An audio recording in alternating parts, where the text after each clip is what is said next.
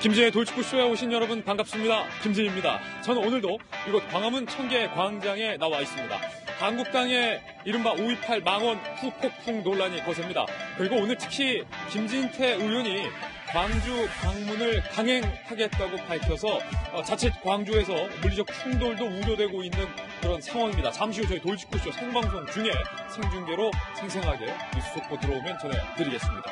과연 한국당은 이 3명 의원을 제명할 수 있을까요?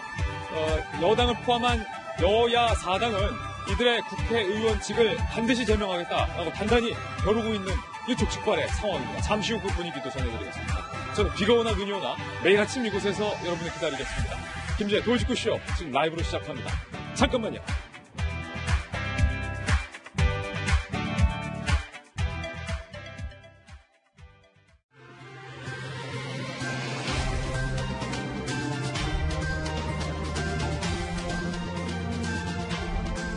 신문 읽어주는 남자입니다. 자유한국당의 김진태, 김순례, 이종명 이 셋 의원의 이른바 5.18 망언의 후폭풍이 거셉니다. 오늘 한 조간신문은 이들 3명의 의원을 일컬어서 광주 삼적이라는 표현을 쓰기도 했습니다. 이 가운데 김진태 의원이 잠시 후에 예정된 대로 광주 방문을 강행할 방침입니다. 큰 충돌도 우려되고 있습니다. 동아일보입니다. 5.18 비하 발언 논란에 한국당 죄송하다. 지금 보시는 것처럼 5.18 민주화운동 유공자들은 집단 반발하고 있습니다. 특히 이들은 내일 대규모 상경 집회도 예고돼 있습니다. 김병준 비대위원장의 모습도 실렸습니다. 매우 난감한 표정을 짓고 있습니다. 김 비대위원장은 광주 시민들께 죄송하다고 고개를 숙였지만 뒤늦은 사과였습니다. 오히려 논란의 당사자들은 당당한 태도를 보이고 있어서 이 또한 논란입니다. 그리고 저희 신동아에서 전두환 전 대통령 내외에게 정말로 광주에 북한군이 내려왔느냐라고 한번 물었습니다. 전두환 전 대통령 내외는 그 물음에 뭐라고 답했을까요? 잠시 후 단독 보도하겠습니다. 다음 신문입니다. 이번에 한국일보입니다.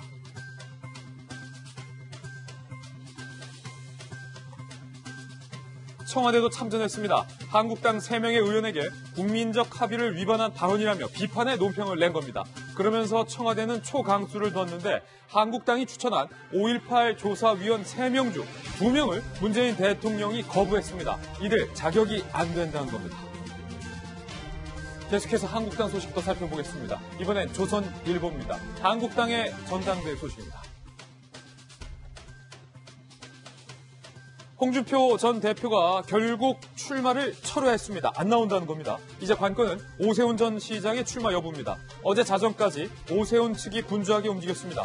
보이콧 철회를 시사하며 다른 후보들에게 이번 전당대회 때 나를 좀 밀어달라. 지지를 호소했다라는 것도 관측이 됐습니다. 황교안, 홍준표, 오세훈 3강 구도에서 황교안, 오세훈 구도로 좁혀지는 것인지 아니면 오세훈 전 시장도 출마를 철회할 것인지 잠시 후에 이 이야기도 나눠보겠습니다. 오늘 오전 중에 오세훈 시장 측이 입장을 밝힌다라고 저희들에게 전해왔는데 속보 나오면 전해드리죠. 다음 신문입니다.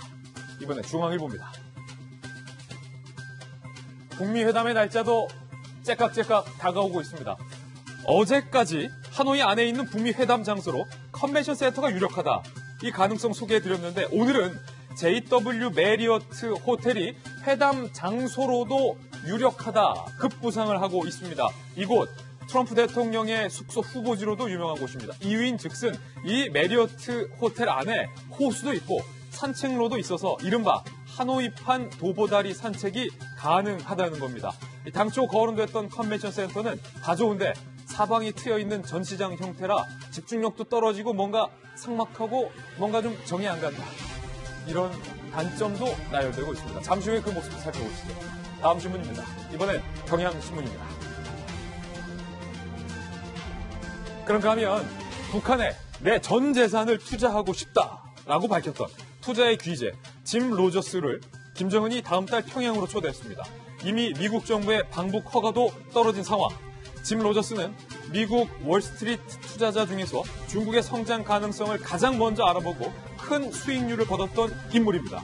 하지만 짐 로저스가 아무리 전 재산을 투자하고 싶다고 해도 유엔 제재 때문에 실제적으로 전 재산이 투자될 가능성은 많이 떨어져 보입니다. 다음 신문입니다. 이번엔 한겨레 신문입니다. 반가운 소식이 나왔어요. 우리의 방탄소년단, 줄여서 BTS가 이번엔 그래미상 시상식에 시상자로 나섰습니다. 한국인 최초입니다. 이로써 미국 3대 음악상 시상식에 BTS가 모두 입성을 하게 됐습니다. 이곳에서 방탄소년단은 과연 어떤 시상 소감을 밝혔을까요? 잠시 후 오늘의 핫플에서 직접 영어 원문으로 들어보겠습니다. 물론 한글 자막도 준비했습니다. 지금까지 신문 읽어주는 남자였습니다. 네, 오늘 아침 저와 함께 등판한 등판 선수 소개해드리겠습니다. 저희 졸직구쇼 전담 변호사의 민한 변호사, 젠틀한 꽃중년 김광삼 변호사님 나왔습니다. 그리고 민주당의 미래, 더 나아가 국회의 미래, 정의의 사나이 박용진 의원, 바르다 박선생, 전직 청와대 대변인 박정환 대변인 모셨습니다. 그리고 베테랑 채널A의 현장 여기자 박소연 기자와 돌직구쇼의 시그니처 김배영 박사님 나왔습니다. 어서 오세요. 안녕하세요. 네, 이분들과 함께 오늘의 탑뉴스로 돌직구쇼의 문을 힘차게 열겠습니다.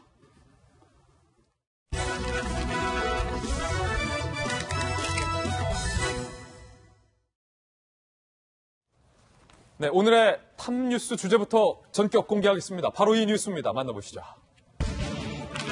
북미회담의 날짜가 다가오면서 여러 가지 궁금증 중에 하나가 과연 북한의 김정은 위원장이 뭐를 타고 하노이까지 갈 것인가? 교통수단, 이동수단에 많은 사람들이 관심을 가져왔습니다. 예측하기론 북한 김정은 위원장의 전용기 참매 1호기를 타고 갈 것 아니냐라는 관측이 나왔었는데 지난해 12월에 이 참매 1호기가 비밀리에 몰래 평양에서 베트남까지 한번 운행을 했던 것으로 확인이 됐습니다. 예행 연습 아니냐라는 관측이 나오고 있는데요. 그 장면, 그 대목 한번 보시죠.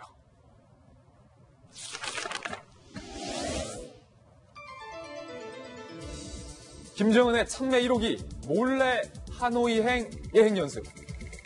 자, 평양에서 하노이까지 비행기로 갔을 때 거리가 얼마나 될까 측정해봤어요. 거리가 2,400km. 지난번 싱가포르 북미 회담 때의 절반 수준이니까 만만하다, 가깝다. 참매 1호기가 아무리 성능이 떨어져도 2,400km 정도는 날아갈 수 있다는 겁니다. 저것도 못 날아가면 비행기도 아니죠.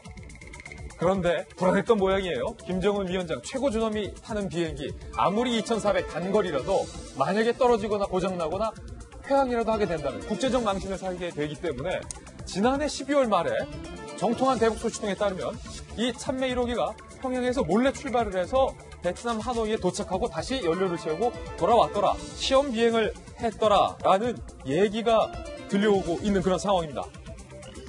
아시다시피 지난 싱가포르 회담 때는 김정은 위원장이 전용기를 타고 싱가포르를 가긴 했는데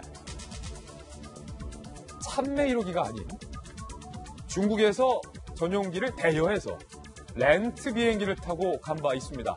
지금 보시는 장면입니다. 상당히 시쳇말로 모양이 좀 구겨지는, 모양이 좀 빠지는 모습이었어요. 5성 홍기가 새겨져 있고 지난번 싱가포르에 갔었던 중국에서 빌린 전용기에는 에어 차이나가 대문짝만하게 박혀 있었어요. 대문짝만하게 에어 차이나에서 김정은 위원장이 내리는 그 모습이 썩 좋아 보이진 않았다는 거죠.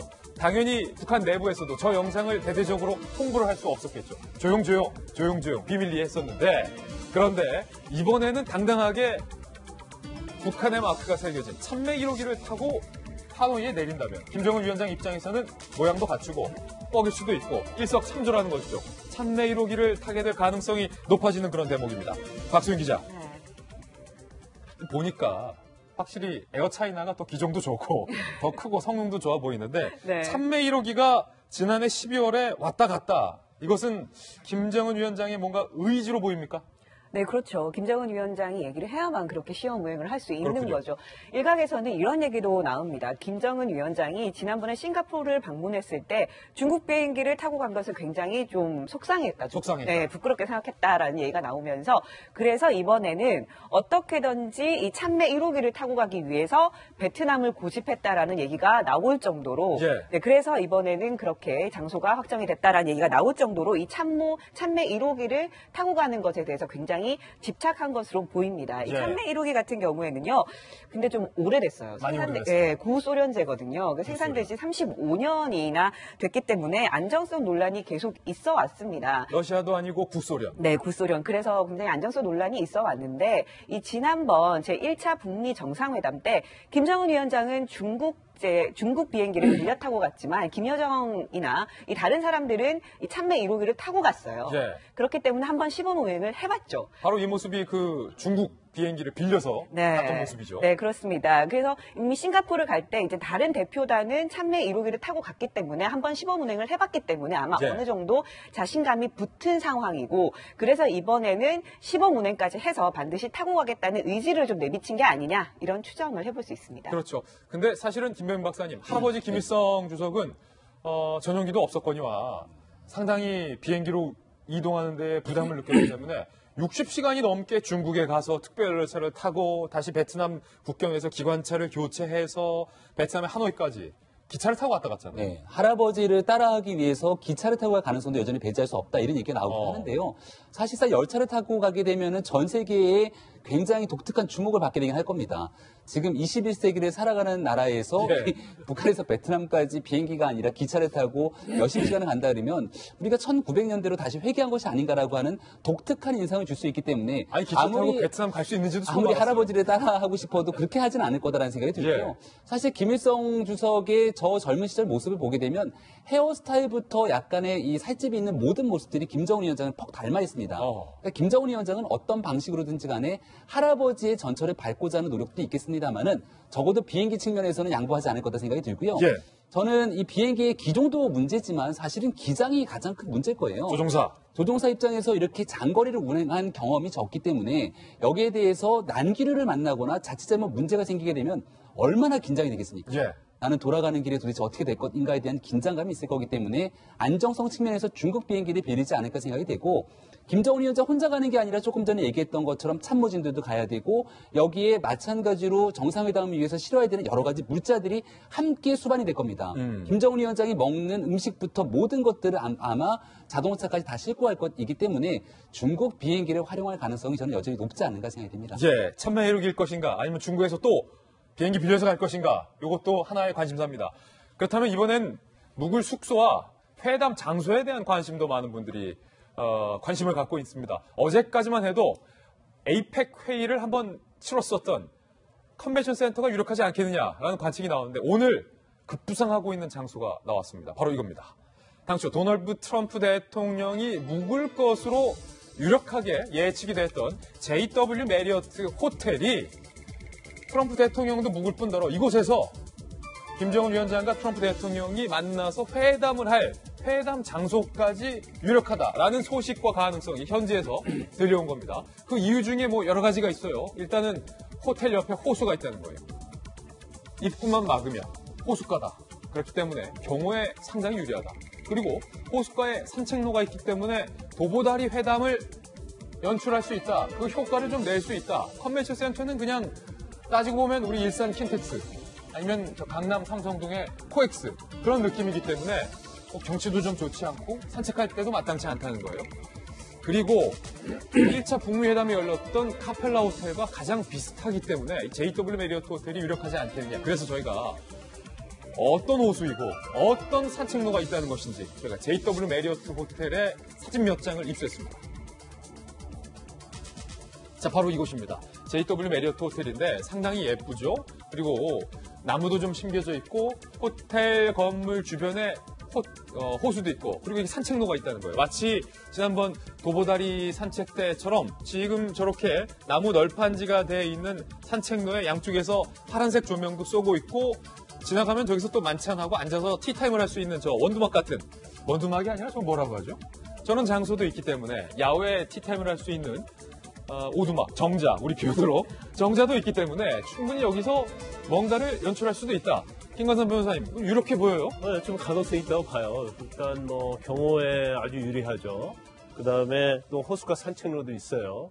그러면 그럼 JW 메리어트에서 과연 정상회담이 이루어질 것인가? 그런데 저는 약간 어렵다는 생각을 해요. 왜냐하면 일단 이곳에서 트럼프 대통령이 묵는다고 한다면 물론 다낭에서 원래는 이제 미국에서는 다낭에서 하자고 그랬잖아요. 근데 결국은 지금 회담 장소를 바꿨어요. 바꿨지만 거기서 양보를 하긴 했지만 또 그렇다면 그 의전이나 예의 차원에서 트럼프 대통령이 묵고 있는 메리어트 호텔 가서 회의를 하는 것도 어떻게 방법이 될 수 있다 이렇게 생각할 수 있는데 그 부분은 사실 외교에서는 의전이 굉장히 중요하잖아요. 그럼요. 그런데 같은 정상국가의 동등한 입장에서 한 국가의 상대방 대통령이 묵고 있는 호텔을 찾아가서 회담을 하는 것은 어떻게 보면 한수를 접고 들어가고 기싸움에서 어떻게 보면 지고 있다 이런 생각을 할 수 있거든요. 모양이 좀 그렇죠. 그렇죠. 그래서 이 부분에 대해서는 아마 북한에서 굉장히 부정적인 입장을 내놓을 가능성이 크다고 보고요. 예. 그다음에 우리가 관심을 끌고 있는 것이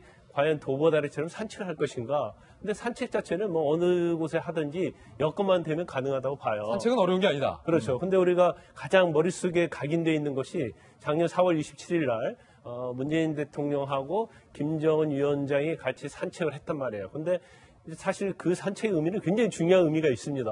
왜냐하면 도보다리라는 다리가 있고 그 다리가 끝부분이 군사 분계선까지 이어져 있었고 또 그날 산책을 하면서 끝부분에 있는 의자에 앉아서 아주 길고 진지하게 대화를 많이 했단 말이에요. 그러면 사실 이건 형식적인 어떤 외교가 아니고 실질적인 대화를 많이 했기 때문에 그 부분에서 굉장히 서로를 신뢰할 수 있는 기회가 생겼다. 그래서 우리가 사실 산책이랄지 도보다리의 어떤 그런 부분에 대해서 굉장히 좋게 생각하고 있거든요. 그래서 실질적으로 회담이 끝나고 나서 산책을 하면서 서로 진지하게 대화를 나눌 수 있는 그런 기회가 됐으면 참 좋겠어요. 그게 바람이거든요. 그래서 일단 회담 장소, 그다음에 산책 이런 부분이 사실 우리의 관심을 많이 끌고 있는 거죠. 예. 정제라도 같은 정제가 아니다. 그 안에 담길 내용이 중요하다라는 건데, 과연 장소와 또 교통수단은 어떻게 결정될지도 한번 지켜보겠습니다. 북미 회담에 설레는 분위기가 가득한 가운데, 평양에서, 좀 끔찍한 소식도 들려왔습니다. 김정은 위원장이 우리가 너무나도 익숙한 백화원 초대소의 소장을 공개 처형했다라는 소식이 지금 들려왔어요. 백화원 초대소는 지난번 평양회담 때 문재인 대통령 내외가 묵었던 이른바 평양의 영빈관인데 그 소장을 처형했다. 이거 어떤 일입니까, 박수영 기자? 네, 일단 백화원 초대소에 대해서 좀 구체적으로 말씀을 드리면요. 이 북한을 찾는 국빈급 인사들을, 국빈급 인사들을 이게 묵게끔 하는 그런 숙소입니다. 여기에 묵었던 사람이 아까 말씀하신 것처럼 문재인 대통령뿐만 아니라 김대중 전 대통령, 노무현 전 대통령이 여기서 묵었었고요. 장점인 전 중국 국가수석과 그다음에 정주영 전 현대그룹 명예회장도 여기서 묵었었습니다. 이 백화원 초대소 같은 경우에는 그러다 보니까 굉장히 잘 꾸며놔야겠죠. 국빈들을 모시는 장소니까. 근데 이게 좀 오래되다 보니까 문재인 대통령이 오기 전에 이 백화원 초대소를 좀 리모델링을 돈을 들여서 하려고 했나 봐요. 그리고 실제로 했고. 그래서 이 리모델링을 하려고 그 비용을 좀 계산을 해봐라라고 백화원 이 초대소장한테 얘기를 했는데 백화원 초대소장이 그 수리 비용을 너무 많이 얘기를 한 거죠. 수리 비용을 과다 청구했군요. 네네. 그래서 김정은 위원장이 굉장히 격노하면서 이 사람 뭔가 착복하는 게 없는지 조사를 해봐라 이렇게 얘기를 했고 실제로 집을 조사해봤더니 미화 300만 달러 그러니까 우리나라 돈으로 한 34억 원 가까이가 현금으로 나왔다는 거예요. 소장 집에서 네. 34억 원이 미국 달러로 나왔다. 네, 그렇죠. 그러니까 이게 34억 원이라고 하면 굉장히 큰 돈인데 북한에서 생각하면 더 큰 돈이잖아요. 그래서 여기에다가 이제 여러 가지 여러 여성들과 추문까지 더해지면서 결국 이 평양의 한 거리에서 공개 처형을 당하는 일이 있었고요. 또 이런 시기에 이제 이뿐만이 아니고 다른 곳도 다 조사를 해봐라라고 해서 그 같은 혐의로 다른 내각 소속 간부 3명도 처형이 됐다고 합니다. 이게 말입니다. 박정아 대변인, 저는요, 이 북미 회담 소식 전해드리면서 들뜨고 뭔가 기대하는 분위기는 좋지만 김정은 위원장의 광기 어린 피해 숙청이라는 또 하나의 민낯을 잊어서는 안 된다는 생각도 선뜻 들었어요. 김정은 위원장 개인적인 문제도 있지만 북한이 지금 처해 있는 상황 같은 걸 보면 지금 2월 말에 어떤 결과가 나올지는 모르겠습니다만은 지나친 비관도 지나친 낙관도 해서는 안 되는 상황인 것 같아요. 그러니까 지금 북한에서는 제재 국면이 굉장히 오래되면서 경제 문제에 대해서 고통스러운 상황이고 그다음에 김정은 위원장의 리더십이 경제 제재 상황에서 어느 정도까지 먹힐 수 있는지에 대한 궁금증이 많은 상황이거든요. 그러니까 저렇게 백화원 초대소 소장이면 굉장히 측근 중에 측근일 텐데. 최측근이죠. 그 사람을 처형할 정도로, 공개 처형할 정도로 그 리더십을 잡기 위해서 저런 일을 벌일 정도로 북한 내부가 굉장히 그 위태위태한 상황이라는 걸 보고 이렇게 알 수 있는데요. 그런 면에서 지금 그 북미 정상회담의 결과가 어떻게 될지 그 차근차근 지금 지켜봐야 될 거고, 우리 정부도 그냥 그 북미 정상회담이 흘러가듯 지나갈 게 아니라 거기에 좀 더 우리 이해관계를 붙일 수 있는 일이 있으면 붙여야 되는 거고, 우리 계속 운전석에 있다고 얘기를 하잖아요. 근데 사실은 저희 일반 국민들이 볼 때는 과연 어떻게 진행되고 있는지 차에 어디 뒷범버에 앉아있는 듯한 불안감을 때로는 느끼고 있거든요. 그러니까 좀 더 금소상하게 국민들한테 좀 알려주시고, 여야 협조를 구할 게 있으면 좀 협조를 구해서 이번에 정말 좋은 일이 있도록 정부도 좀 노력을 해 주십사 하는 부탁을 좀 드립니다.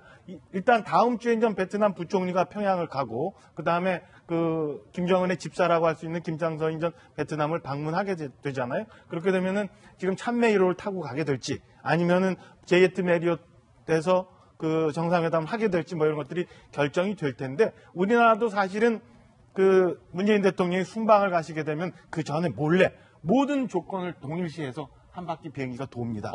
그래요? 그러니까 지금 저 연말에 갔다 왔다는 건 우리나라도 전용기 돌린다? 그럼요. 우리도 이제 뭐 10박 11일 이런 식으로 예. 가면은 스위스, 뭐 런던, 미국 이런 식으로 똑같은 무게 조건을 가지고 한 바퀴를 쭉 돕니다. 그건 처음 들었어요. 예. 만약에 그러면 김정은 위원장이 참매 1호를 이용을 한다고 하면은 지금 남은 기간 동안 다시 한번 시험 운항이 있을 가능성이 있고요. 예. 그렇지 않고 그게 아니다라고 하면 지난번 싱가포르 갈 때처럼 중국 비행기를 이용할 가능성이 있고, 어찌됐건 한 대로는 부족할 테니까 두 대는 다 뜰 거예요. 근데 어느 비행기에 뜰지에 대해서는 어느 비행기에 김정은 위원장이 탈지에 대해서는 좀 더 봐야 되고, 지금부터 기간 동안 한번 보면 참매 1호가 다시 베트남 항공으로 왔다 간다라고 하면 그 비행기를 직접 이용할 가능성이 높지 않나, 이런 판단을 해봅니다. 이게 왜냐하면 중요한 비핵화 협상을 하고 있기 때문에 상대 파트너를 믿을 수 있느냐, 문제와 관련된 사건이기 때문에 여러분께 보도를 해드리는 건데, 백화원 초대소 소장을 길거리에서 공개 처형했다라는 이유를 보면요,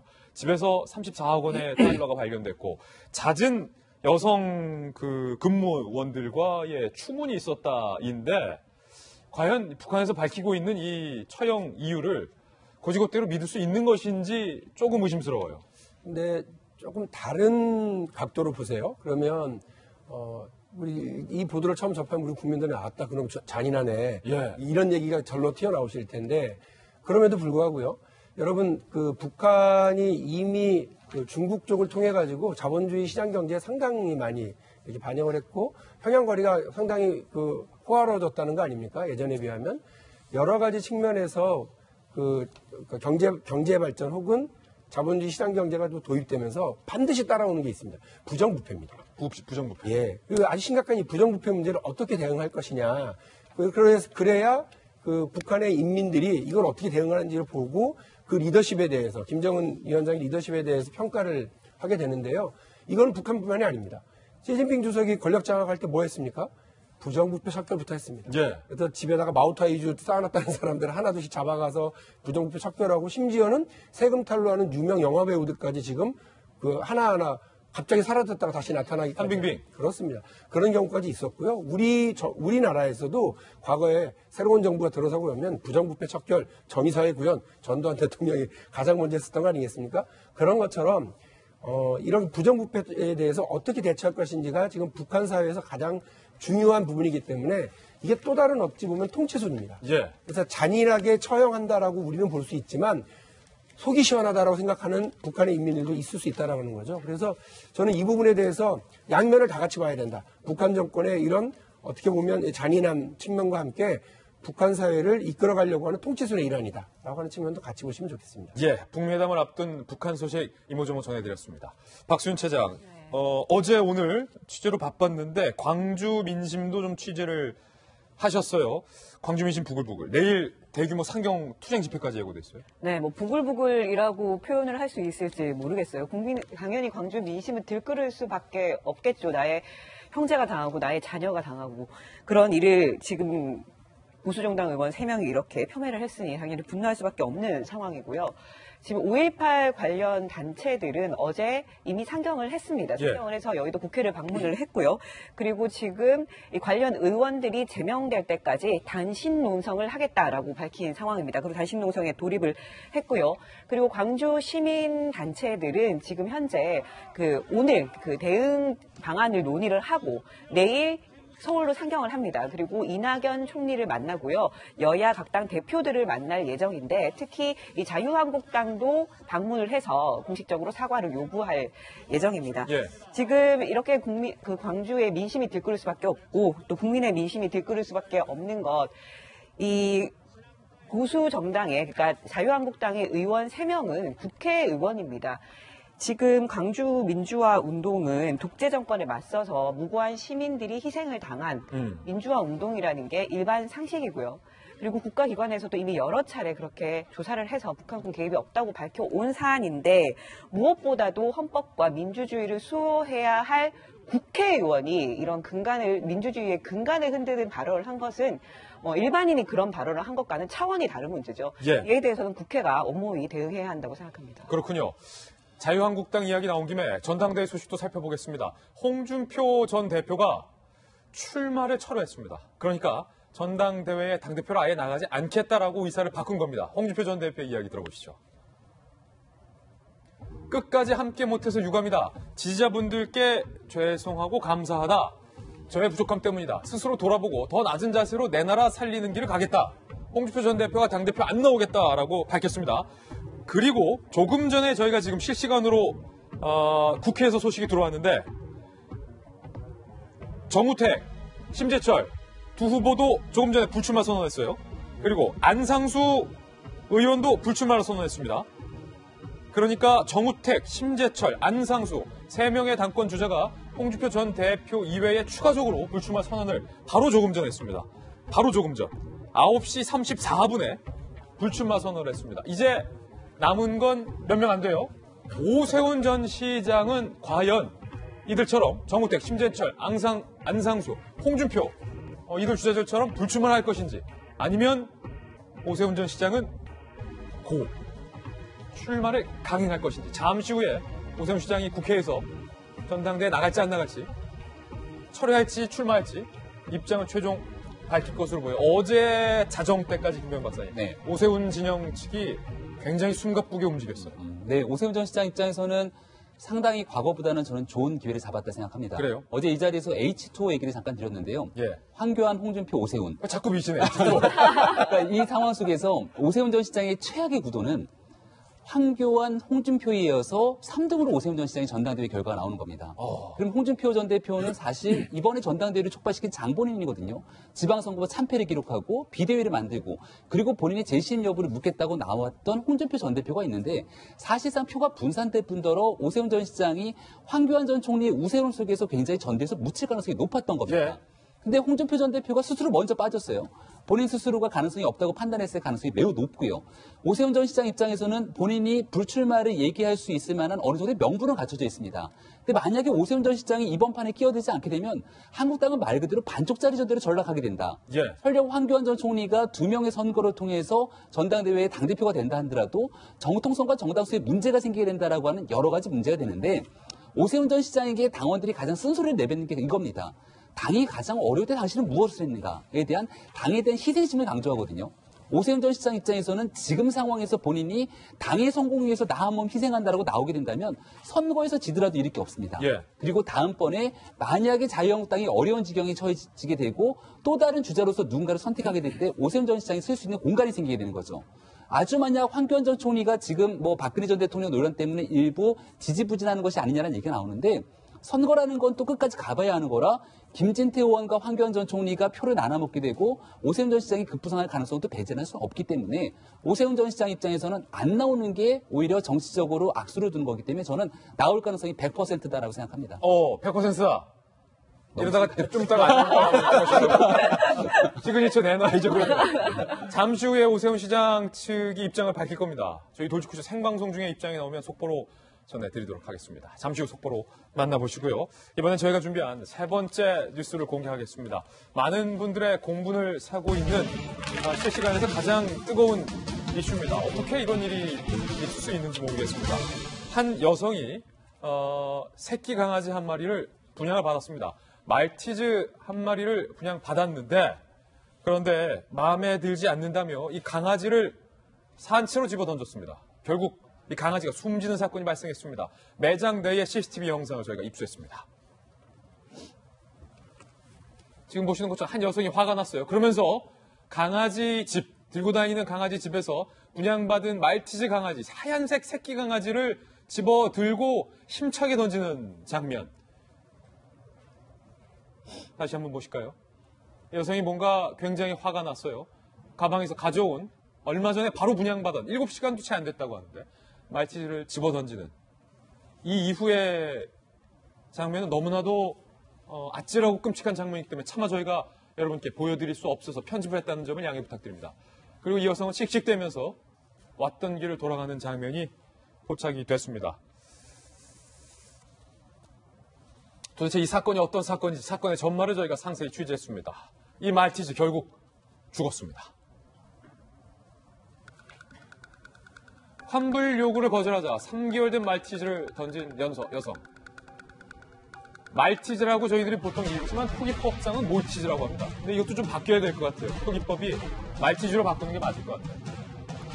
지난 9일 A씨가 애견 분양가게에서 3개월 된 말티즈를 분양. 정말로 3개월이면 젖먹이 강아지, 조그만한 강아지를 분양받았습니다. 하얀색. 7시간 후 강아지가 본인의 배변을 먹자 전화로 환불을 요청합니다.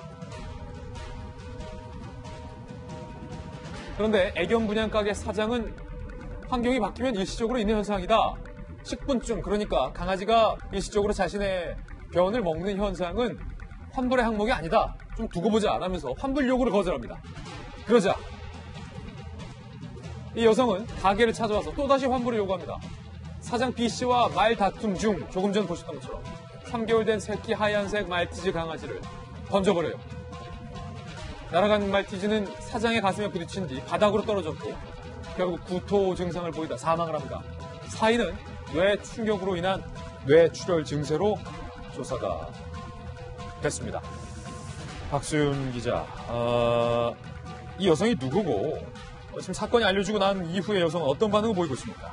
지금 저 사건이 있었던 곳이 강원입니다. 강원에서 지금 저런 일이 생긴 건데요. 이 여성은 강아지를 이미 키우고 있는 여성이에요. 지금 해당 가게에서 그 말티즈 강아지 2마리를 이미 분양을 받았었고요. 또 다른 곳에서도 강아지 2마리를 분양을 받아서 강아지를 지금 키우고 있는, 최소 4마리를 키우고 있는 여성인데, 강아지를 지금 이 가게에서 분양을 받았죠. 말티즈 5번째 강아지군요. 네, 그렇죠. 5번째, 뭐 더 키울 수도 있겠지만 일단 최소 4마리, 그리고 최소 5번째 강아지를 분양을 받은 건데요. 지금 이 10분쯤, 그러니까 이 분양받은 3개월 된 말티즈가 10분 자신의 변을 먹는 증세를 보였다고 해요. 근데 이 현상이 한 2번 정도 반복이 되니까 이를 보고 이제 가서 분양 가게를 가서 다시 환불을 해달라, 지금 이렇게 요구를 한 건데요. 이 여성 얘기에 의하면 자신이 이 처음에 환불을 해달라고 전화로 얘기했지만 선생은 환불 대상이 아니다라고 하면서 환불을 거부했고, 그러자 이 사람이 혹시 이 강아지가 10분쯤인 걸 알면서 나한테 분양한 건 아닌가라는 속이고 생각이, 분양한 건 아니냐. 예, 그래서 사기를 당한 거 아닌가라는 생각에 굉장히 화가 치밀어 올랐고, 그리고 특히 이 분양하는 가게의 사장의 태도가 더 자신을 화나게 해서 당연히 강아지를 받을 거라는 생각에 말싸움 도중에 몰티즈를 던졌고, 그 던진 강아지가 이제 떨어지면서 이제 그걸 보고 이제 나왔다고 해요. 그리고 이제 나중에 이제 전화를 통해서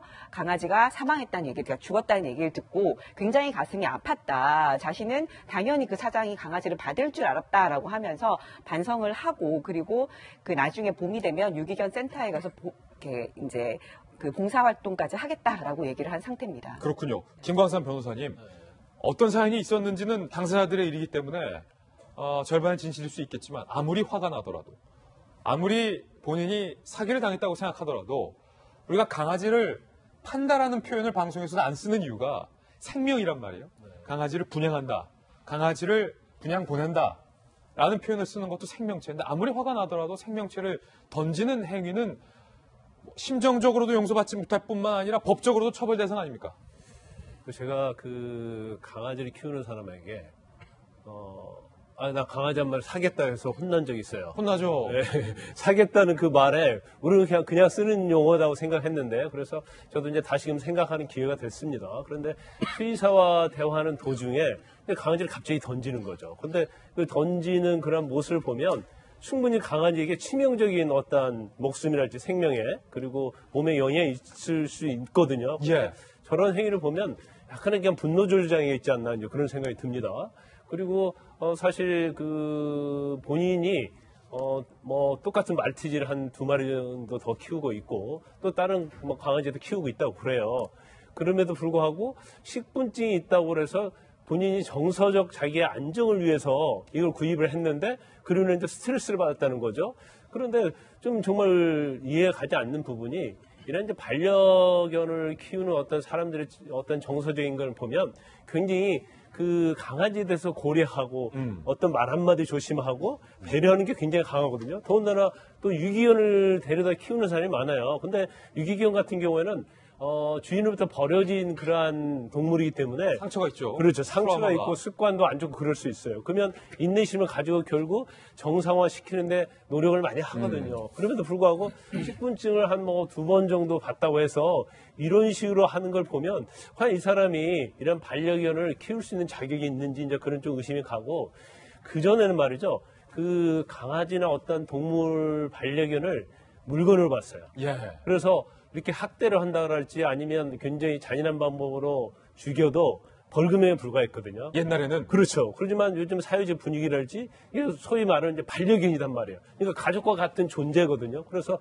이러한 행위에 대해서는 약간 형량이 높아지는 경향이 있습니다. 예. 이건 엄연히 지금 저 행위 자체를 보면 동물 학대에 해당하고 예. 그리고 잔인한 방법으로 강아지를 죽인 행위에 해당하기 때문에 동물보호법에 해당이 돼요. 그래서 2년 이하 징역이나 2천만 원 이하의 벌금에 처하도록 돼 있습니다. 그런데 그 이후에 이제 반성을 한다고 하는데 그 반성도 사실은 이제 진정성은 좀 보이지 않아요. 예. 그렇기 때문에 사실 이제 수사를 받고 너무하게 처벌을 받는 것이 사실은 이런 행위를 하는 사람들을 방지하는 데도 도움이 된다고 봅니다. 예, 이 강아지를 집어던진 이후에 해당 여성과 해당 동물 분향소 사장의 문자 메시지 대화 내용도 공개가 됐습니다. 강아지가 죽었다는 소식을 이제 알려주는 거죠.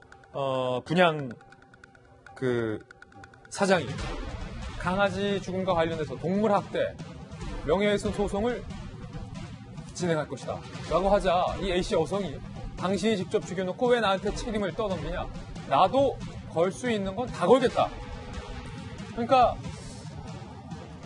홧김에 던져서 평생 방송하면서 봉사활동을 하겠다. 난 여성의 반응과 지금 문자 메시지 상의 태도가 박유진 의원님 사뭇 달라요. 그러네요.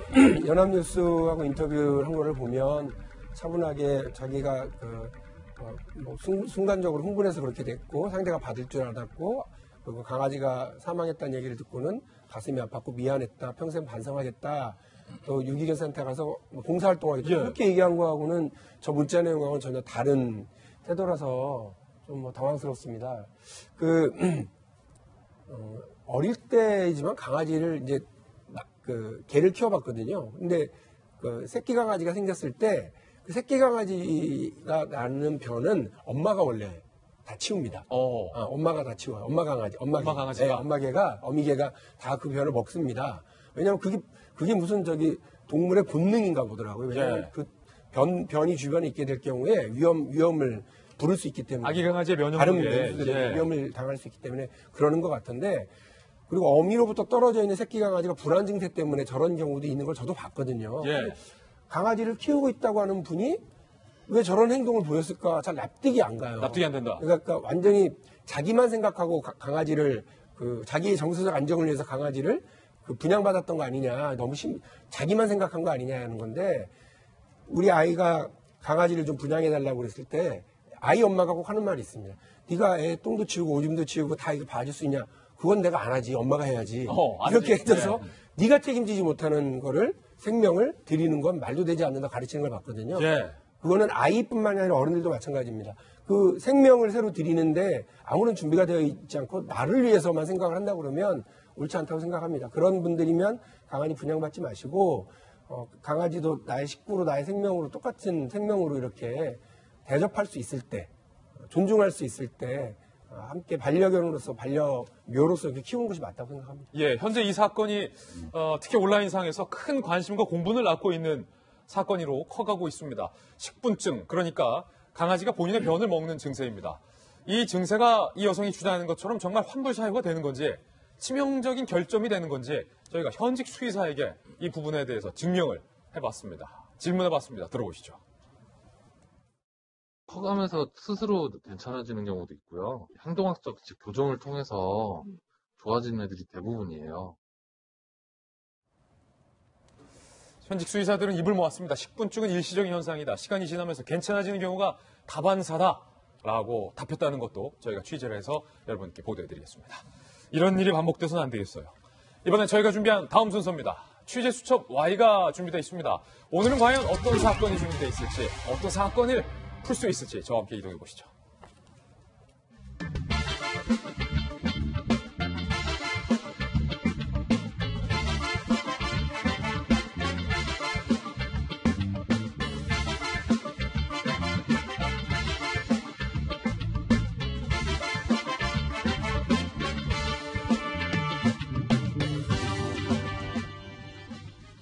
취재 수첩 Y입니다. 오늘도 저희 돌직구쇼의 수사반장이자 대한민국 최고의 수사통 백지영 팀장님 나왔습니다. 어서 오세요. 네, 안녕하십니까. 그리고 김광석 변호사님도 함께하겠습니다.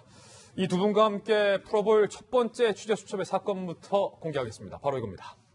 안타까운 참전 소식입니다. 무면허 10대가 운전한 차량에 결혼을 앞둔 연인이 목숨을 잃었습니다. 이 두 사람의 첫 데이트였다고 합니다. 일단은 사고 현장 당시의 CCTV 화면을 저희가 입수했습니다. 함께 보시죠. 지금 보시는 것처럼 두 연인이 손을 꼭 잡고 다정하게 나란히 걷고 있는 장면입니다. 그런데 저 뒤에서 검정색 머스탱 차량이 중앙선을 침범하더니 걷고 있었던 이 연인을 그대로 덮치는 사고가 발생했습니다. 이 이후의 장면은 너무나도 참극입니다. 여러분께 보여드릴 수 없습니다. 연기가 나는 차량, 깜짝 놀란 시민들이 달려와서 사고 현장을 수습하고 생존자들을 구조하는 모습. 도대체 어떤 사건인지, 이 머스탱은 누가 운전하고 있었던 것이고, 이 연인들은 누구인지 전말을 취재했습니다. 함께 보시죠. 첫 데이트 연인 덮친 10대 무면허 운전. 그제 오후 2시쯤 대전의 한 도로에서 무면허로 머스탱을 몰던 A군 18세 선배에게 빌린 렌터카였어요. 머스탱 차량. 중앙선을 침범한 후 반대편 인도 쪽으로 돌진을 했습니다. 방금 보셨던 손잡은 채 인도를 걷던 연인을 덮쳤어요.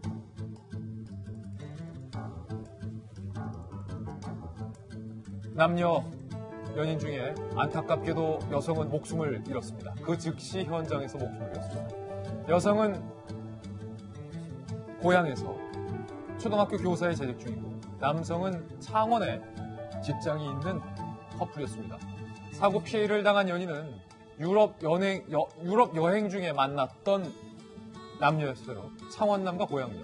중간 지점인 대전에서 만나서 첫 데이트를 하던 중에 참변을 당했습니다. 운전자 A군과 동승자 B군은 중상을 입었습니다. 경찰은 운전 조작 실수 등 추가 조사한 뒤에 구속영장을 신청할 방침입니다. 백기종 팀장님. 네. 사람의 목숨을 잃은 모든 사건들은 정말로 안타까운데 그렇습니다. 저는 그중에서도 이번에 참변을 당한 이 연인의 20대 연인의 사연이 참 가슴 아파요. 그렇습니다. 이 사건이 작년에 일어났던 부산 해운대 윤창호 씨 사망 사건. 윤창호법이 돼가지고 법이 개정되기도 했습니다만 정말 가슴이 먹먹합니다. 이 오작교의 그 불행한 사랑인가 싶어가지고 오작교가 보통 7월 7성날 견우와 직녀가 서로 만나게 하기 위해서 이제 그 은하에 있는 까마귀와 까치가 서로 몸을 잇대가지고 다리를 만들어서 만나게 해주는 거거든요.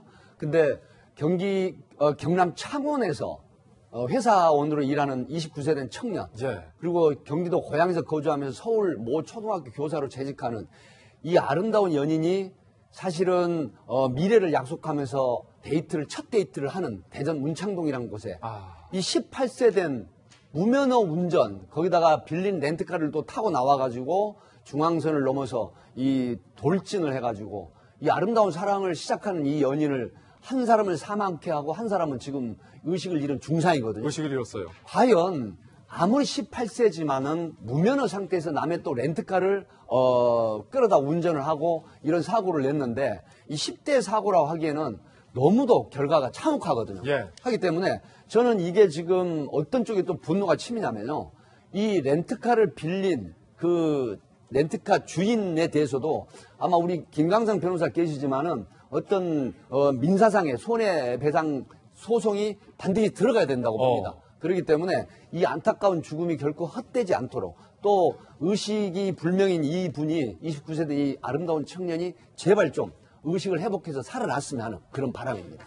김광선 변호사님, 저는요, 걱정이 되는 게, 이 의식을 잃은 남성이 의식을 되찾는 순간에 제일 먼저 찾고 물어볼 것이 아마 나의 연인은 어떻게 되느냐라는 질문을 제일 먼저 할 건데, 그때 연인이 사망했다라는 소식을 접해 들었을 때 이 남성이 무너질 것 같아서 그게 가장 걱정되는데, 이게 법적으로 어떻게 할 수 있습니까?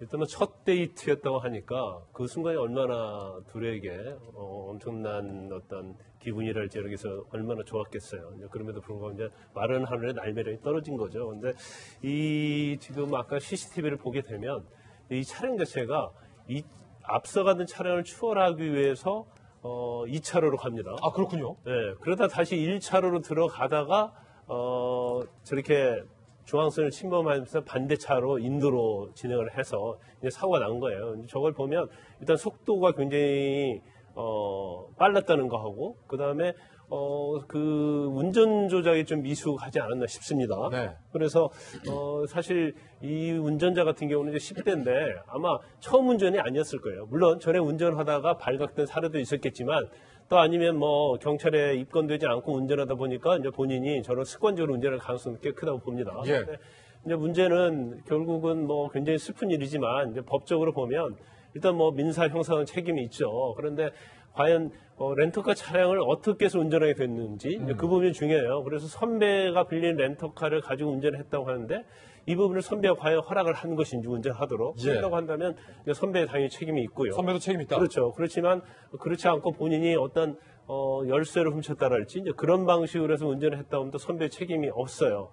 그렇지만 지금 본인이 19세로 알려져 있는데 이제 19세면은 충분히 사물을 변별할 능력이 있기 때문에 이번 사고에도 책임이 있는데 과연 이게 법적으로 책임이 있다고 해서 예. 이 소중한 생명을 앗아간 이런 범죄 행위에 대해서 이거 뭐 사실 이게 정말로 본인에게 거기에 대해서 응보적인 것이 됐느냐 이제 거기를 따질 수 없는 그런 맞습니다. 문제죠. 아무리 센 처벌이 된다 하더라도 이미 죽은 생명을 살려낼 수 없겠습니까? 안타까운 사연입니다. 창원과 고향의 중간 지점이 대전에서 만나자 이 연인들은 이렇게 약속을 하고 만났던 상황이었다고 합니다. 그런가 하면 얼마 전에는 차량을 훔쳐서 무면허 운전을 하면서 또래 여학생을 강제로 차에 태운 후에 순찰차와 추격끝까지 벌인 10대들의 무면허 운전 사건도 있었습니다. 그 영상도 저희가 입수했습니다. 함께 보시죠. 지금 동그라미 안에 쳐져 있는 흰색 차량을 주목해 주시기 바랍니다. 엄청나게 빠른 속도로 질주를 하고 있습니다. 앞에 가는 차량을 제치고 중앙선도 넘어서 아찔하게 인도를 타고 다시 차선으로 돌아오면서 우회전을 하는 이 차는 10대들이 무면허로 운전을 하고 있었습니다. 무면허 운전을 하고 있었고 경찰 차량을 피해서 여기저기 광란에 질주하다가 결국 2대의 경찰 순찰차, 페트롤 차량에 길을 막혀서 현장에서 경찰들에게 검거되는 장면입니다. 열쇠에 꽂혀 있었던 차량을 훔쳐 타고 169km가량을 무면허로 운전했고 광주 지역의 또래 중학생 4명을 차례로 불러서 태웠고 또래 여학생을 차량에 강제로 태운 혐의도 있습니다. 수상한 차량이 달리고 있다는 신고가 접수되고 검거 과정에서 교통신호 위반, 중앙선 침범, 수차례 중앙선을 넘나들면서 도주를 하다가 체포가 됐습니다. 백 팀장님, 네. 아니 10대들이 무서운 10대들, 겁없는 10대들. 광주 서부경찰서에서 이 사건을 지금 수사를 하고 있는데요. 15세 된 중학교 3학년입니다. 중3. 네, 그래서 SNS상의 채팅에서 채팅에서 이제 만난 그런 또래 4명의 남녀 중학생을 태우고 그 다음에 SNS 상에서 또 알게 된 15세 된 여성, 그러니까 여학생을 이제 태워가지고 강제로 태운 거예요. 예. 그러니까 차에 타라고 했는데 거절했음에도 불구하고 결국 강제로 태워서 이제 돌아다녔는데 이 부분이 신고를 받은 경찰이 출동을 했으면 써야 되잖아요. 근데 10대, 특히 15세, 중학교 3학년이면 겁이 없을 때입니다. 우리가 통상적으로 보면 겁 없는 중학교 2학년이라는 얘기를 하거든요. 사실은 무서울 게 없는 나이입니다. 왜? 어떤 공포심이라든가 누가 뭐 간섭을 한다고 하더라도 중학교 2학년, 3학년 아이들이 어떤 정신적인 그런 공황이 굉장히 장애를 받지 않는 상태이기 때문에 공포스러운 걸 모르고 겁이 없다는 얘기를 하죠.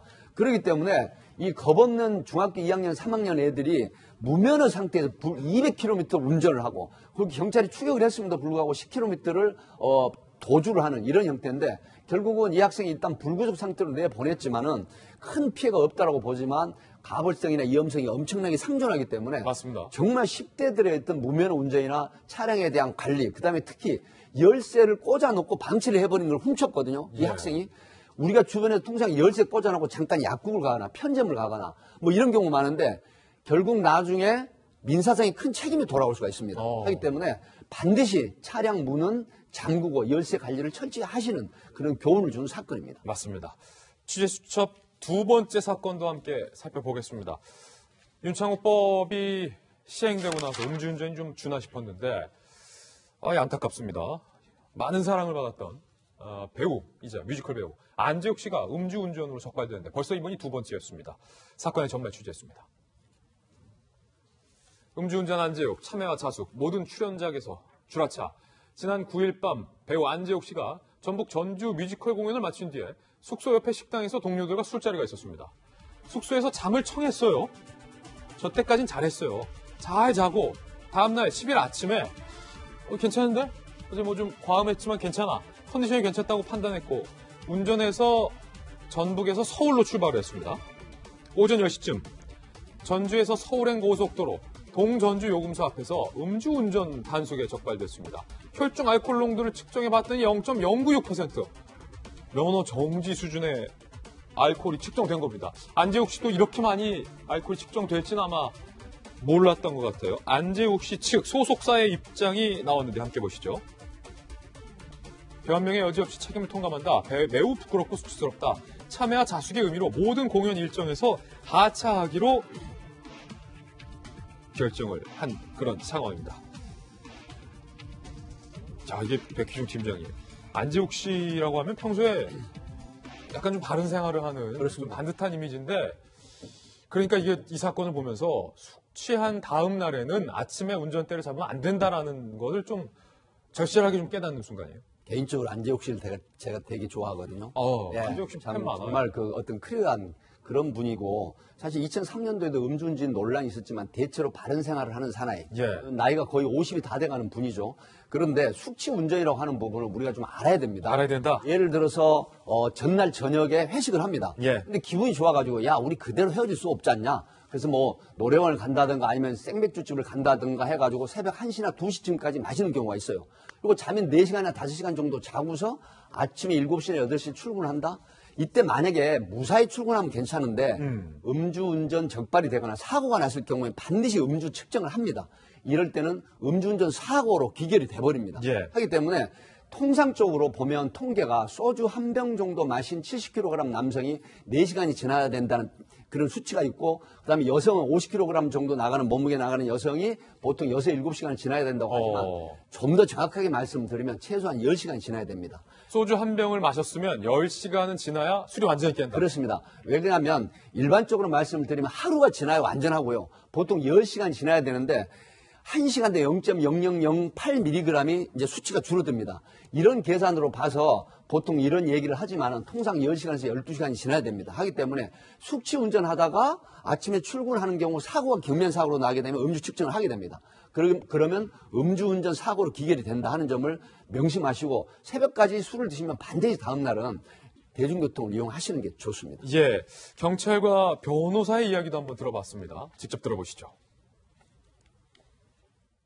보통 오전에 숙취 운전자는 고속 들어오시면 막상 들어오고 나면 정말 위험하니까 천천히 이게 식당이 소주 한 병 마셨을 때는 푹 자고 아침에 나오면 괜찮은데요. 2병 마셨으면은 24시간 지나야 안전해요. 그 다음날 저녁 때도 운전하지 말아야죠. 김관삼 변호사님, 당시 안재욱 씨를 단속했던 경찰관은 안재욱 씨가 음주 측정에 순순히 응했다. 그러니까 뭐랄까요, 변명을 해주는 건 아닌데 다른 유명 연예인들의 고의적인 음주운전과 비교했을 때 안재욱 씨는 고의성은 조금 약했던 것 같아요. 일단 술을 먹고 좀 자고 나왔으니까 이제 본인 생각할 때는 이 정도는 괜찮겠다 생각했을 거예요. 그런데 저분도 사실 변명이 되지 않아요. 왜냐하면 지금 최근에 들어서 특히 저녁에 술을 먹고 아니면 일반적으로 이제 술을 먹으면 새벽까지 먹거든요. 그럼 먹고 나와서 아침에 운전을 하게 되면 본인은 굉장히 멀쩡하다고 생각하지만 실질적으로는 굉장히 지취 상태에 있다고 볼 수밖에 없고, 그리고 지금 수치를 보면 0.09가 넘어요. 예. 그럼 0.09가 넘는다는 것은 곧 0.1이 취소 수준이거든요. 그러면 술을 굉장히 많이 먹었다는 거고, 본인이 제가 볼 때는 약간 의아심이 있는 것이 자고 일어났다 하더라도 0.09 정도 되면 내가 술이 깨지 않았다는 걸 알 수 있어요. 그런데 만연하게 아침에는 음주 단속 없겠지. 그리고 또 지역이 또 전주니까 또 고속도로 타고 올라가다 보면 아무래도 문제가 없겠지. 이제 이런 생각을 했을 가능성이 크다고 보는데. 왜냐하면 0.096이면 사실 수치가 높거든요. 그렇죠. 그런데 최근에 이렇게 저도 선임한 사건도 있는데 그 전날도 술을 먹어요. 근데 엄청 많이 먹잖아요, 새벽에. 그럼 아침에 이제 출근해야 하는데 시간을 쫓긴단 말이에요. 그리고 강변북로를 막 타고 가는데 차가 비틀비틀 가는 거예요. 그래서 이제 다른 사람이 신고해서 잡는 경우, 그래서 음주단속에 걸리는 경우도 있고, 또 아침에 출근을 하다가 신호등에서, 우리가 저녁에만 그런 게 아니에요. 신호등에서 대기하다가 거기서 졸아버리고 잠이 들어버린단 말이에요. 실제 있었다, 그런 사건이. 그런 경우가 많기 때문에 절대로 전날 술 먹으면 다음날 아침에 운전하지 말아야 하고. 아침에도 변호사님 혹시 대리운전이 됩니까? 아침에 대리운전 될 거예요. 대리운전 됩니다. 그런데 이제 더 우리가 명심해야 할 부분이 올해 6월부터는 말이죠. 음주의 어떤 처벌 기준이 0.03%로 내려갑니다. 굉장히 강해졌다. 그렇죠. 그러니까 소주 한 잔만 먹어도 아니면 전에 취기가 조금만 남아 있어도 이거 처벌 대상이 되기 때문에 이제는 전날 술 먹으면 적어도 이틀은 쉬는 그러한 음주 습관을 들여야 할 것 같습니다. 쉬는 게 아니라 운전을 하지 않는. 그렇죠. 운전하지 말고 아침에도 대리가 된다. 그렇습니다. 좋은 거 배웠네요. 취재 수첩 Y 2가지 사건 풀어봤습니다. 감사드립니다. 네, 이번엔 다음 순서입니다. 오늘의 하풀 시간인데요. 오늘은 과연 어떤 분들이 하풀 4인방에 선정이 됐을지 하풀 4인방부터 직접 만나보시죠.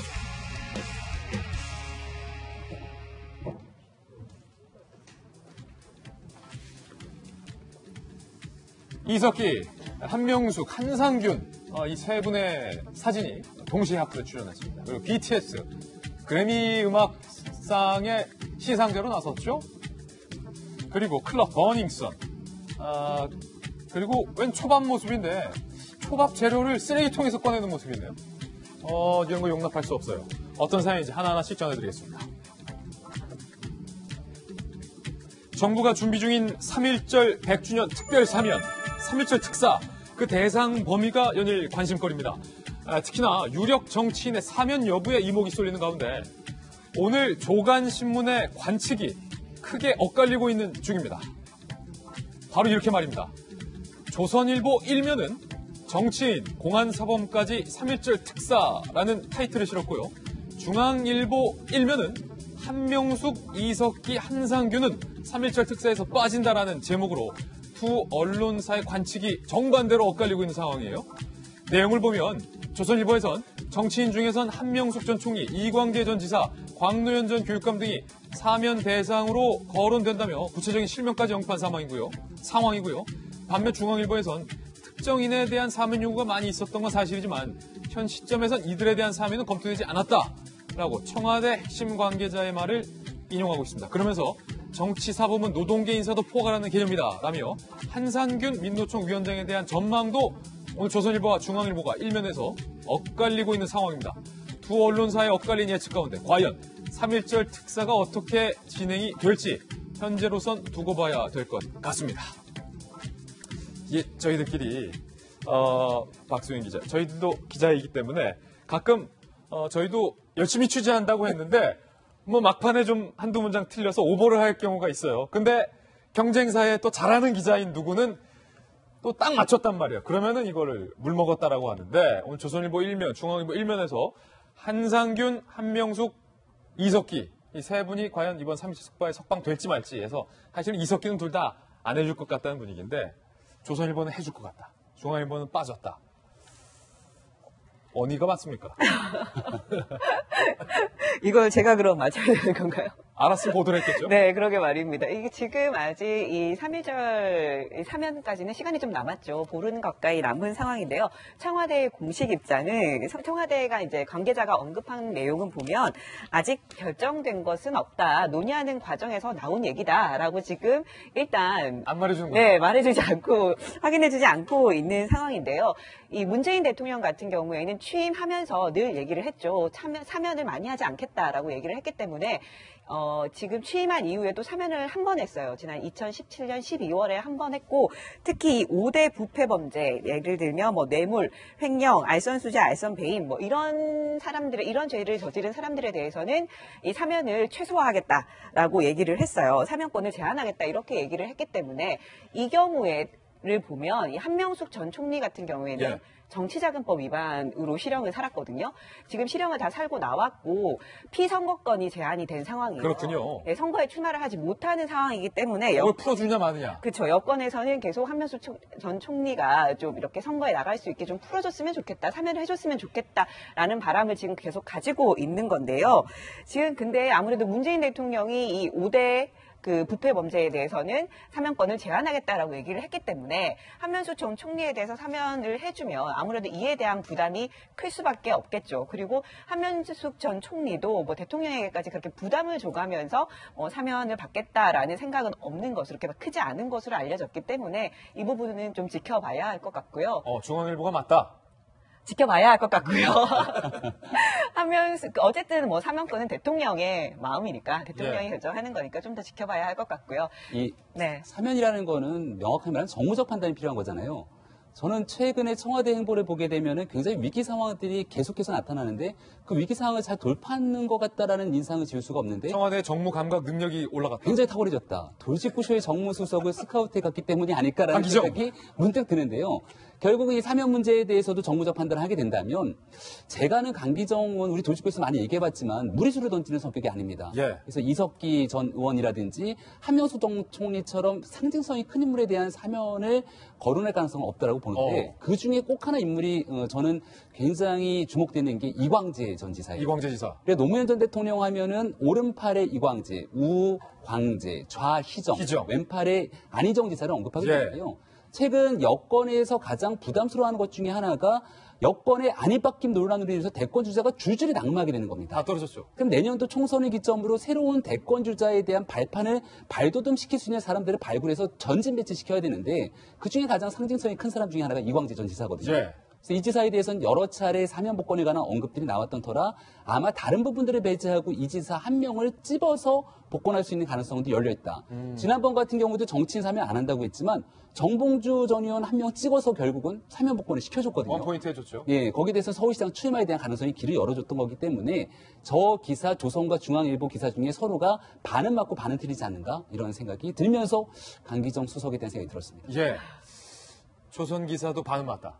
네. 중앙도 반은 맞다. 서로 반은 틀렸다. 이게 사실은 근데 청와대에 근무해 보셨잖아요. 박정화 대변인은.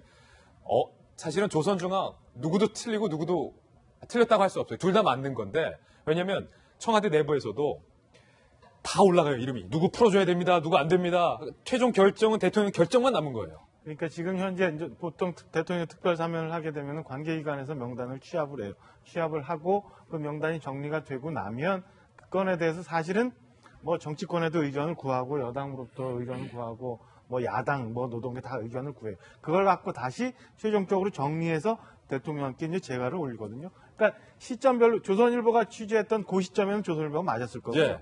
중앙일보가 취재했던 그 시점, 물론 다 어제니까 시간만 다를 거예요. 예. 그 시점엔 다 각각 맞았으리라고 보이고요. 지금부터 3월 1일까지 상황에 따라서 얼마든지 저건 변화의 가능성이 또 달라질 수 있다라는 생각을 그렇게 전망이 되고요. 다만 한 가지 제가 이제 말씀을 드리고 아주 원칙적으로 대통령 특별사면 국민통합과 화합을 해서 해야 되지만 그래도 그 범위는 굉장히 좀 제한적으로 해야 우리나라의 법치주의가 정리가 되지 않을까라는 생각을 해봅니다. 뉴스 속보입니다. 앞서 예고해드렸던 것처럼 오세훈 전 시장이 전당대회에 대한 입장을 밝힙니다.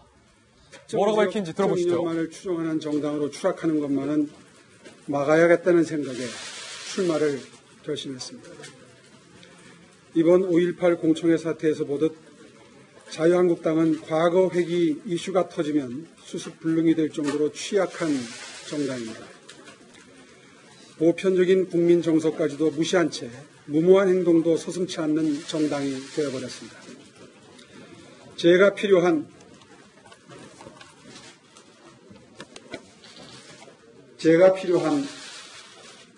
다시 처음부터 볼까요? 네.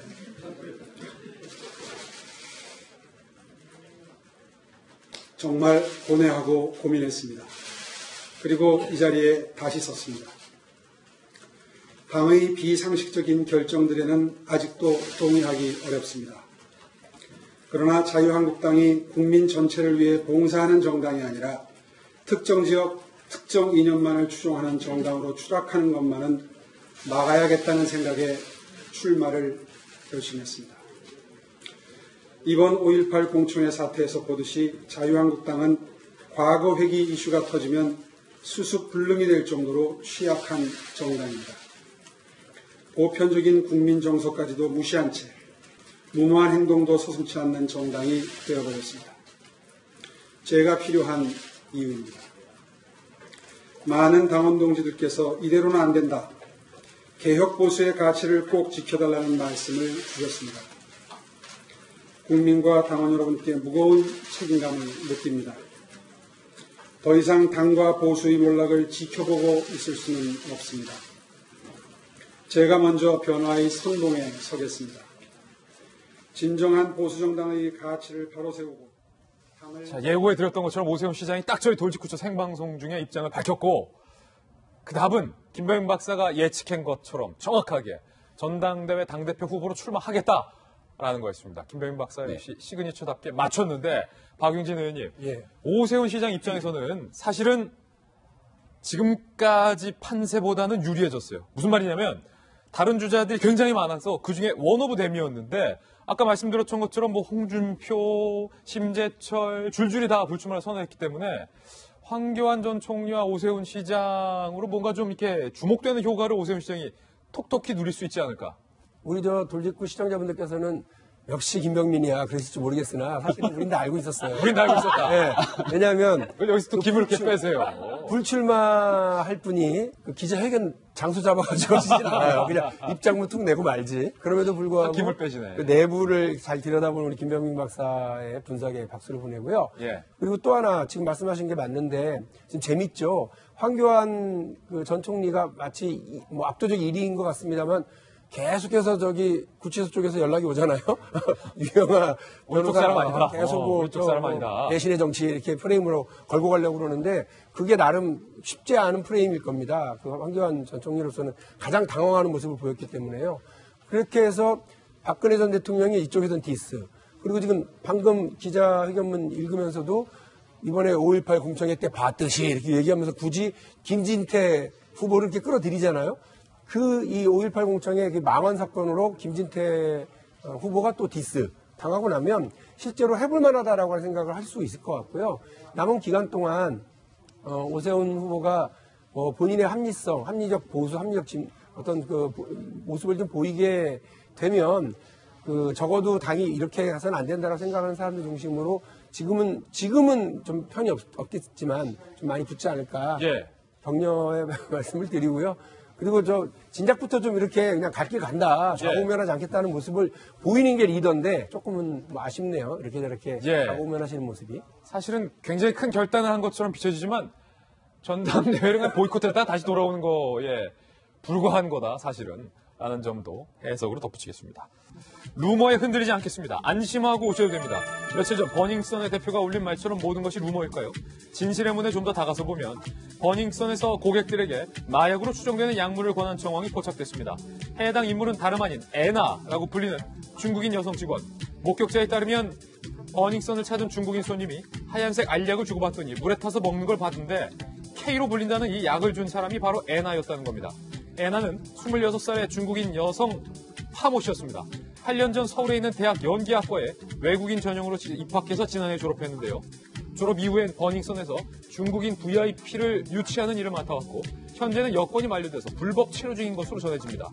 특히 애나는 지난해 대마초를 피운 혐의로 기소유예 처분까지 받은 것으로 확인, 온갖 의혹을 안고 있는 인물입니다. 하지만 버닝썬 사태가 불거진 이후 애나는 한 차례 소환 조사를 받고 현재는 잠적한 상태입니다. 버닝썬 이 대표는 클럽에서의 마약 유포와 판매를 전면 부인한 바 있습니다. 일본 유명 초밥 체인점의 아르바이트생이 철없는 장난을 쳤다가 회사에 수백억 원대의 손실을 끼쳤습니다.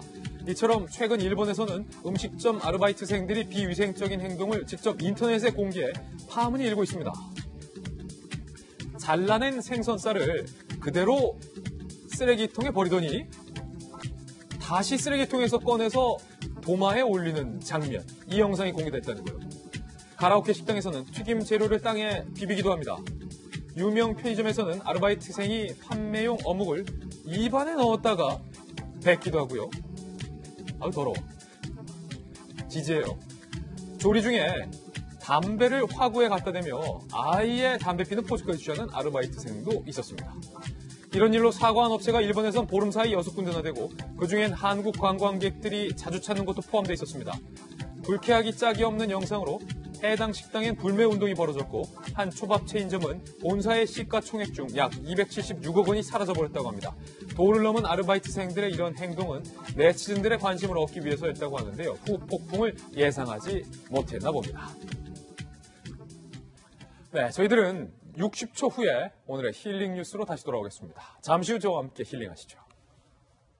아비가일 아이라스라는 6살 소녀는 복부 종양이 재발을 했습니다. 복부 종양은 이미 폐로 번진 상태여서 살아있을 수 있는 시간이 얼마 남지 않았다라는 게 전문가들의 판단이었습니다. 그런데 이 소녀, 6살 소녀의 꿈이 이루어졌습니다. 경찰이 되는 게 꿈이라는 아비가일의 이야기를 들은 프리포트 경찰서장이 고민했어요. 결국 프리포트 각주에 있는 모든 경찰관들을 다 총동원해서 제대로 된 임명식을, 경찰 임명식을 열어줬습니다. 6살 소녀의 몸에 딱 맞는 유니폼과 의무 장비, 총기 벨트까지 전달을 해주고 프리포트주 전역에서 온 경찰관들 사이에서 당당히 경찰 선서까지 하고 박수를 받았습니다.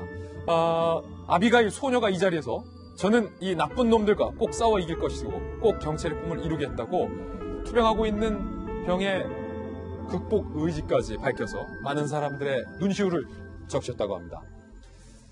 살아있는 날이 얼마 남지 않더라도 이 6살 소녀의 꿈을 들어준 이 어른 경찰관들의 태도에도 모습을 다시 한번 박수를 보내고 이 소녀가 꼭 병을 극복하기를 응원해보겠습니다. 오늘 저희가 준비한 소식 모두 다 전해드렸습니다. 저희 내일 아침 9시 15분에 더 풍성한 뉴스 들고 인사드리겠습니다. 오늘 하루는 분명 어제보다 나을 겁니다. 좋은 하루 되십시오. 고맙습니다.